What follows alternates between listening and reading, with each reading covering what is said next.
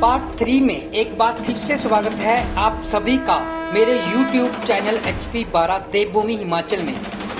जैसा कि आप सभी ने पार्ट 1 में सोमनाथ, पार्ट 2 में द्वारिकाधीश के दर्शन किए, पार्ट 3 में आज मैं आप सभी को अपने साथ द्वारिका बेट, मकरध्वज, नागेश्वर ज्योतिर्लिंग, गोपी तालाब के दर्शन करवाएंगे।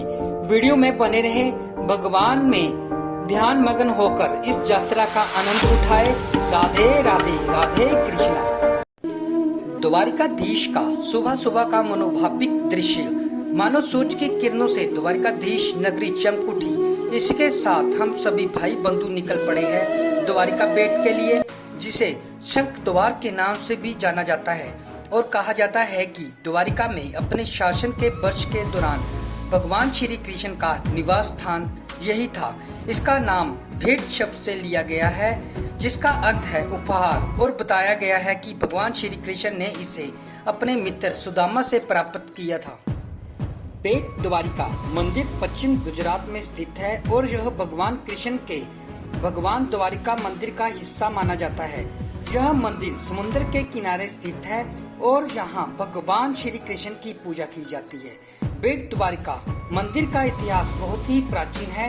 वीडियो में हमारे साथ बने रहे, आगे चलकर आप सभी को बेट द्वारिका की जानकारी आप सभी से साझा करेंगे। एक और बात, द्वारिका से बेट द्वारिका बस सेवा हर 1 घंटे में मिलती है और यहाँ दोनों स्थलों के बीच समय में केवल करीब 30 से 40 मिनट का समय लेती है।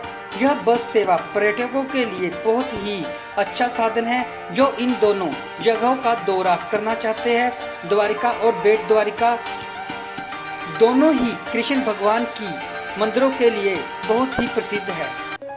ओखा बेट द्वारिका के बीच बना सुदर्शन सेतु भारत का सबसे लंबा केबल स्टेज ब्रिज है। इस पुल का निर्माण लगभग 980 करोड़ रुपए की लागत से किया गया है। प्रधानमंत्री श्री नरेंद्र मोदी जी ने इससे 25 फरवरी 2024 को इसका उद्घाटन किया था। इस पुल की लंबाई 2320 मीटर 412 फीट है। पहले इसे सिग्नेचर ब्रिज के नाम से जाना जाता था। इस पुल का निर्माण डिजाइन बहुत ही खास है। इसमें भगवत गीता के श्लोक और भगवान श्री कृष्ण की छवियां बनी हुई है। इस पुल का निर्माण से पहले तीर्थ यात्रियों को बेट द्वारिका पहुंचने के लिए नाव लेनी पड़ती थी। इस पुल के निर्माण की मंजूरी साल 2016 में केंद्रीय परिवहन मंत्री श्री नितिन गडकरी जी ने दी थी। प्रधानमंत्री श्री नरेंद्र मोदी जी ने 7 अक्टूबर 2017 को इस पुल की आधारशिला रखी थी। हम पहुंच चुके हैं द्वारिका बेट में और अभी हम जा रहे हैं, गाड़ी पार्किंग में लगा दी है। तो गाड़ी पार्किंग लगाने के बाद हम मंदिर में जा रहे हैं।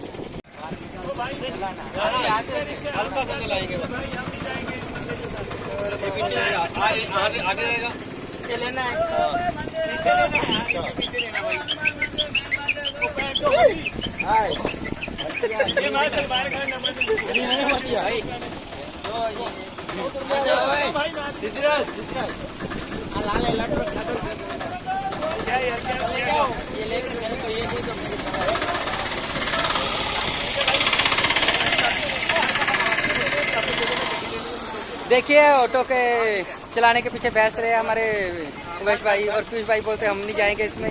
देखिए सभी भाई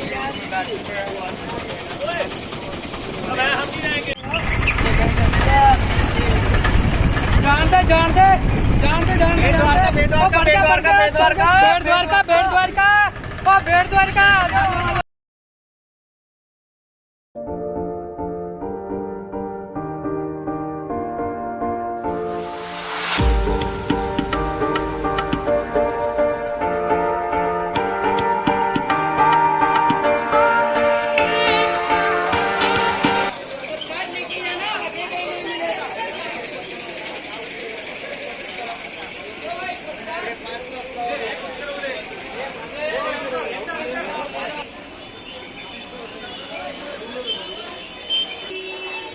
हम पहुंच चुके हैं बेट द्वारिका में। देखिए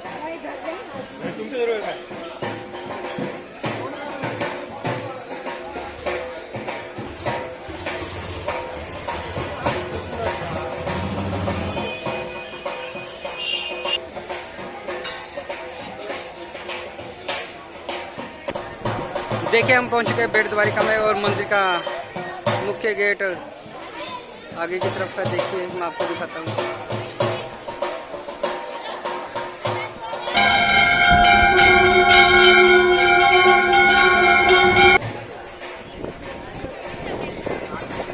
भगवान श्री कृष्ण के दर्शन करने का सौभाग्य हम सभी को प्राप्त हुआ।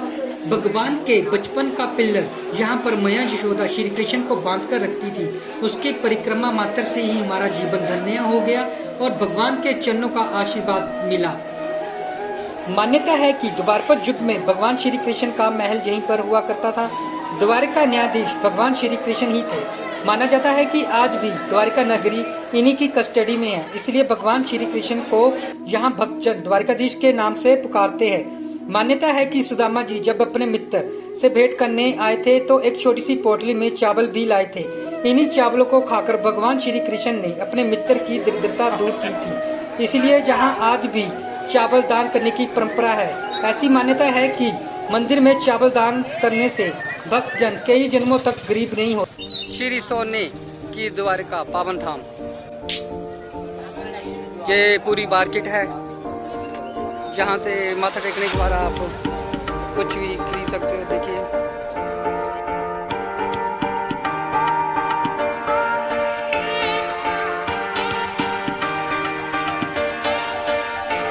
सोने की द्वारिका। स्वर्ण द्वारिका के बारे में द्वारिका के गौरवशाली अतीत को दर्शाता है। कहा जाता है कि इस पौराणिक शहर में खूबसूरत महल है जो आचार्य जनक संग्रहालय उस समय के जीवन को दर्शाने का प्रयास करता है। महाभारत और भगवान कृष्ण के जीवन से दृश्यों का पुनर्निर्माण किया गया है।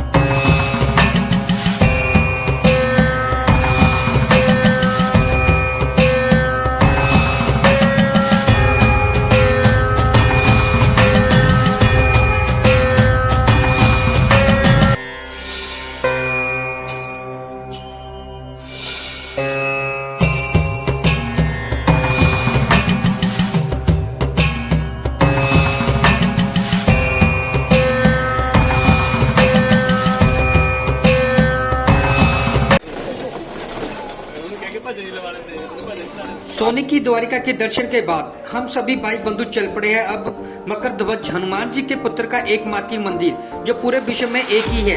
यहाँ से 6 किलोमीटर की दूरी पर है और यहाँ पे पहुँचने के लिए ऑटो के माध्यम से 20 रुपए किराया लगता है। मकरध्वज जी का मंदिर, हनुमान जी के पुत्र मकरध्वज का मंदिर।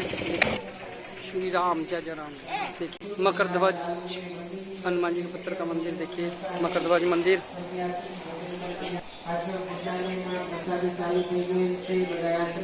आप सभी को भगवान हनुमान जी और उनके पुत्र मकरध्वज के दर्शन करवाते हैं।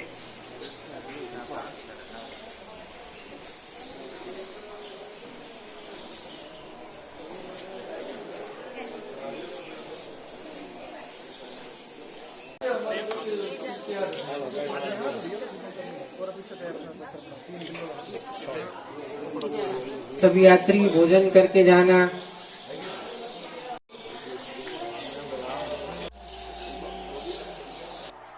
मकरध्वज भगवान शिव के अवतार हनुमान जी का पुत्र था। यदि हनुमान ब्रह्मचारी थे फिर भी एक पुत्र के पिता बने थे। पुरानी कथाओं के अनुसार जब लंका में सीता माता की खोज को हनुमान गए थे तब मेघनाथ जी ने हनुमान जी को बंदी बनाकर लंकापति रावण के सामने समक्ष पेश किया और रावण के आदेश अनुसार हनुमान जी की पूंछ को आग लगा दी जाती और इसी जलती हुई पूंछ को हनुमान जी पूरी लंका को जला देते। तीव्र गर्मी से व्याकुल तथा पूंछ की आग को शांत करने हेतु हनुमान समुद्र में कूद पड़े। तभी उनके पसीने की एक बूंद जल में टपकी जिससे एक मछली ने पी लिया, जिससे वह गर्भवती होगी। इसी मछली के पेट से मकरध्वज उत्पन्न हुआ जो हनुमान के समान ही महान पराक्रमी और तेजस्वी था। यही वानर हनुमान पुत्र मकरध्वज था। मकरध्वज भगवान हनुमान जी के पुत्र के दर्शन करने के बाद वापस चल पड़े हैं गुजरात में एक और ज्योतिर्लिंग के दर्शन के लिए, जिसे नागेश्वर महादेव ज्योतिर्लिंग जो 12 ज्योतिर्लिंगों में से एक है। पहला सोमनाथ और दूसरा नागेश्वर महादेव ज्योतिर्लिंग जो गुजरात के सौराष्ट्र में पड़ता है। मकरध्वज से नागेश्वर ज्योतिर्लिंग 32 किलोमीटर के आसपास है। वीडियो में बने रहे, नागेश्वर ज्योतिर्लिंग के दर्शन करवाएंगे सभी को।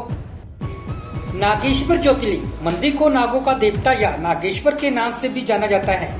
यह मंदिर 7 मंजिला पत्थर की इमारत है। कहा जाता है कि यह मंदिर 2500 साल से भी पुराना है। मंदिर के प्रांगण में भगवान शिव की 25 मीटर ऊंची मूर्ति है। मंदिर के बारे में एक मान्यता है कि यहाँ भगवान शिव और माता पार्वती नाग नागिन के रूप में प्रकट हुए थे और शिव ज्योतिर्लिंग के रूप में पूजे जाने लगे और 12 ज्योतिर्लिंगों में से 10वां स्थान नागेश्वर ज्योतिर्लिंग।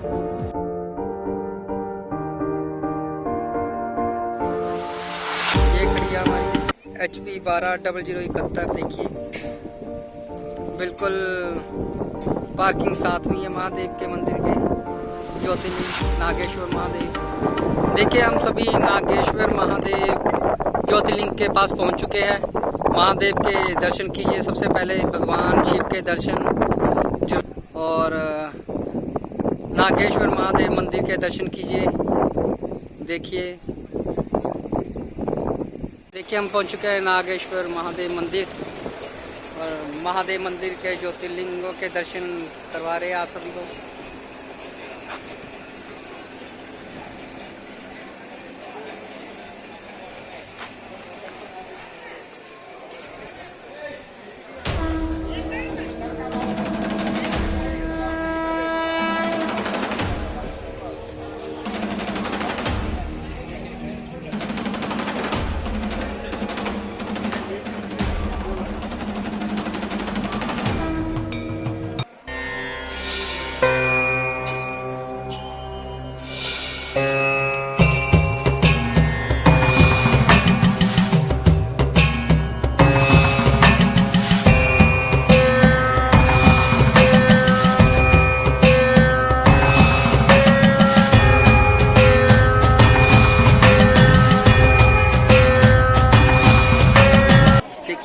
सभी भगवान शिव के श्रद्धालु लाइनों के माध्यम से अंदर जाते हैं और नागेश्वर महादेव मंदिर में अंदर ही चढ़ाने के लिए प्रसाद एवं भगवान शिव को अर्पित करने के लिए चांदी के नाग नागिन जोड़ावे सामग्री पूजा की अंदर ही मिल जाती है।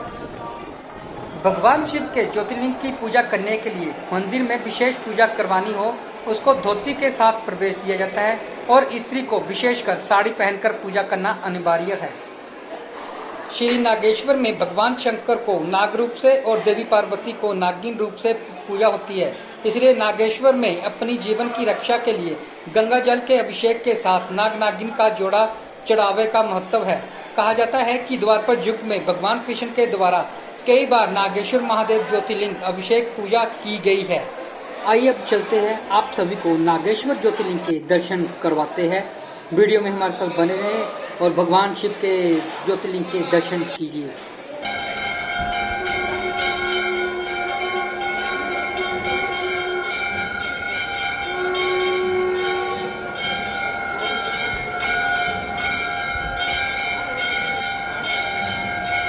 भगवान शिव के 12 ज्योतिर्लिंगों में से 10वां नागेश्वर महादेव ज्योतिर्लिंग के दर्शन मात्र से ही हमारा जीवन सफल हो गया। महादेव का आशीर्वाद लेकर हम सभी चल पड़े हैं अब नागेश्वर महादेव ज्योतिर्लिंग से गोपी तालाब की ओर, जिससे नागेश्वर ज्योतिर्लिंग से 5 किलोमीटर का डिस्टेंस है। वीडियो में बने रहे, आप सभी को गोपी तालाब के दर्शन करवाएंगे। गोपी तालाब गुजरात के सूरत शहर में स्थित एक प्राचीन कृत्रिम झील है। इसका निर्माण लगभग 1510 ईस्वी में मलिक गोपी ने करवाया था। मलिक गोपी गुजरात सल्तनत के दौरान सूरत के एक समुद्री व्यापारी और राज्यपाल थे। गोपी तालाब का इतिहास भगवान कृष्ण और गोपियों की कथाओं से गहराई से जुड़ा हुआ है। पुरानी कथा के अनुसार द्वारिका चले जाने के बाद भगवान कृष्ण से अलग होने का दुख सहन न कर पाने वाली गोपियां उन्हें देखने के लिए इस स्थान पर आई थी, जहां भावना से अभिभूत होकर धरती में समा गई और कृष्ण में विलीन होगी।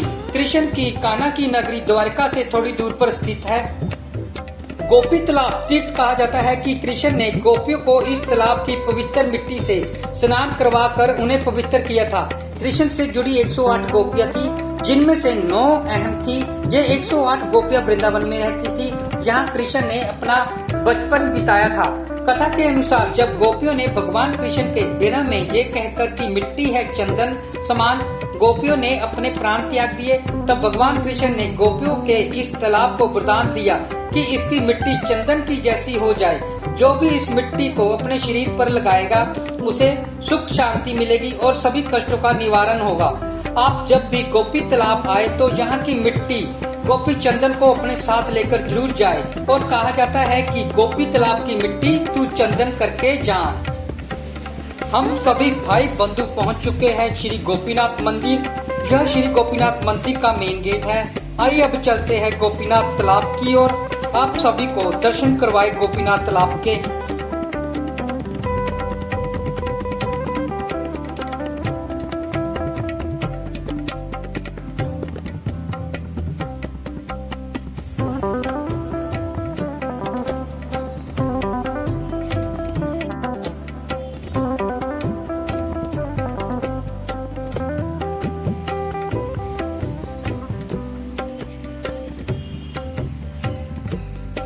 और गोपी तालाब के साथ ही भगवान श्री कृष्ण का मंदिर है। यहाँ पर भगवान के जीवन से जुड़ी हुई झांकियों को दर्शाया गया है।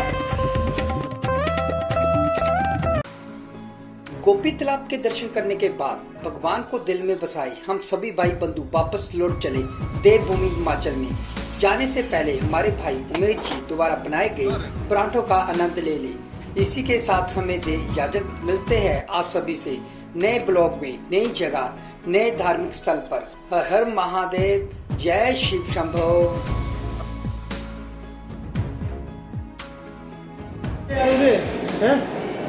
राधामाई बन चुके हैं। मैंने थोड़ी पर्सनल यहाँ पे नृत्य है, काफी अच्छा नृत्य करते हैं ये। भक्त की पौड़ी पौड़ी पौड़ी दिन दादू, भक्त की पौड़ी दिन दादू।